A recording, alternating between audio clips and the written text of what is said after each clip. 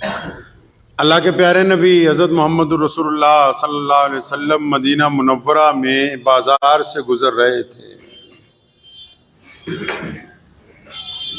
हर एक दुकानदार अपना सामान बेच रहा था तो नबी अलैहिस्सलाम अनाज वाली दुकान के आगे रुके। गंदुम वाले ने जो गंदुम की बोरियां भर के सजाया, गंदुम को, जौ को, खुश्क गंदुम, तो नबी अलैहिस्सलाम ने देखा कि बड़ा खुश्क गंदुम है, तो उस गंदुम की बोरी में दरमियान से ऊपर से हाथ डाला। जब वो हाथ दरमियान तक पहुंचा और वहां से जब गंदुम नबी अलैहिस्सलाम ने उठा के बाहर निकाला तो गीला गंदुम था। फरमाया मन गश्शा, फरमाया रसूलुल्लाह सल्लल्लाहु अलैहि वसल्लम ने धोखा देने वाला, फरमाया लोगों के साथ धोखे से माल बेचने वाला, फरमाया जो दूसरों के नजरों से ओझल होके बेईमानी करना चाहता है, जो ऊपर से कुछ है अंदर से कुछ है, फरमाया जो धोखा देता है वो मुझसे नहीं है, वो मेरी उम्मत में से नहीं, फरमाया वो हम में से है ही नहीं जो धोखा देता है। फरमाया ये नहीं हम में से। इमाम अबू हनीफा रहमतुल्लाह अलैह बहुत बड़े बिजनेसमैन थे, कारोबारी थे बहुत बड़े। तो अचानक जब बादल आ जाते थे तो फौरन अपने मुलाजिमों को कहते थे कि ये शोरूम बंद कर दो। उस दौर में लाइट तो नहीं थी, बिजली नहीं थी। मुलाजिमिन ने पूछा कि हजरत इतना बड़ा कारोबार है, इतने दुकान पे लोग आते हैं, लाइनें लग के आपका सामान बिकता है और मौसम खराब होता है तो आप फौरन कह देते हैं दुकान बंद कर दो। फरमाया हाँ, बादल आने की वजह से रोशनी कम हो जाती है तो जो खरीदार है, ग्राहक है, उसको ये समझ नहीं आ पाती ये कपड़ा कितने अच्छे मेयार का है या घटिया है। कहीं वो घटिया को अच्छा समझ के खरीद ले, उसके साथ धोखा हो जाए। और मेरे नबी अलैहिस्सलाम ने तो फरमाया कि धोखा देने वाला हम में से नहीं है, बंद करो इसको। जब सूरज की रोशनी होगी, साफ सुथरा पता लगेगा भला क्या है, चंगा क्या है, सफेद क्या है, गंदला क्या है, उस रोशनी में सामान को बेचेंगे। एक साहबी रसूल सल्लल्लाहु अलैहि वसल्लम के बारे में आता है, घर पहुंचे,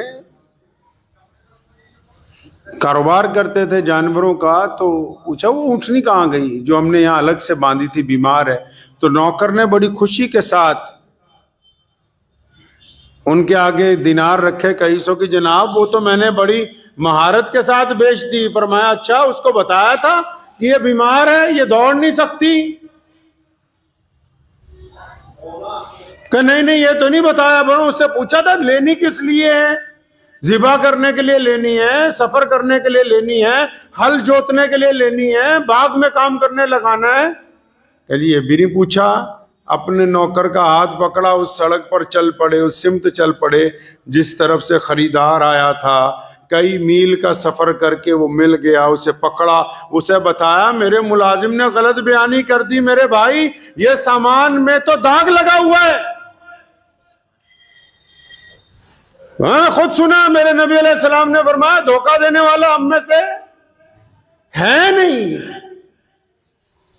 मुझे याद पड़ता है मेरे वालिद मरहूम शेर इस्लाम मौलाना हबीबुर रहमान साहब लुधियानवी रहमतुल्लाह अलैह आज से 10-15 साल पहले एक दफा अपनी पुरानी एम्बेसडर बेचनी थी, तो जो साहब खरीदने के लिए आए, यहाँ यूनिवर्सिटी में कोई प्रोफेसर थे सरदार जी, तो जब वो बैठे मियाँ बीवी आके तो हजरत ने 200 खराबियां कार की गिनवा दी। तो हंस के कहने लगा मौलाना साहब बेचन ली सानू बुलाया कि भजान ली बुलाया? कि माल तो बेचना है लेकिन कीमत उतनी चाहिए जो जायज हो। हम क्या करते हैं, हम जब सामान खरीदने जाते हैं और जब जो दुकानदार जब सामान खरीदता है होलसेलर से तो उसकी 200 कमियां होलसेलर को बताता है कि ये भी खराब है, और जब अपनी दुकान पे आ जाता है तो उसकी 200 खूबियां ग्राहक को बताता है, इसमें ये भी खूबी है, ये भी खूबी है।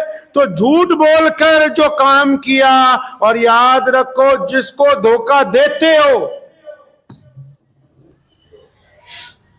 आप जिनको धोखा देंगे, कोई भी बंदा हो, चाहे किस मर्जी मजहब से ताल्लुक रखता हो, धोखे में एक बड़ी खासियत है।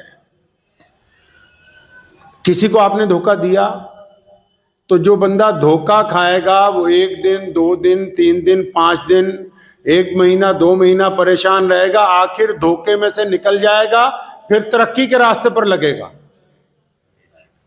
याद रखना ये बात, जिसको आप धोखा देंगे वो मुद्दते कलील के लिए परेशान होगा, बाद में अल्लाह उसको इज्जत देंगे, तरक्की की तरफ जाएगा।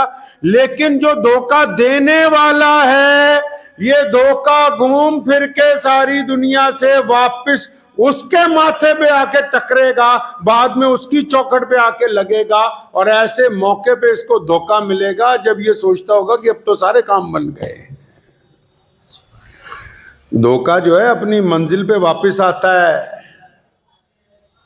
ये सोचता है कि मैंने फलां को फराड करके सामान बेच दिया, हो गया मामला हल। हल नहीं हुआ, ये अपने जिम्मे गुनाह छोड़ा है जिसने वापस आना है तुम्हारे तक। ये धोखे वाली बातें आज इसलिए याद आ गई कि 5-7 महीने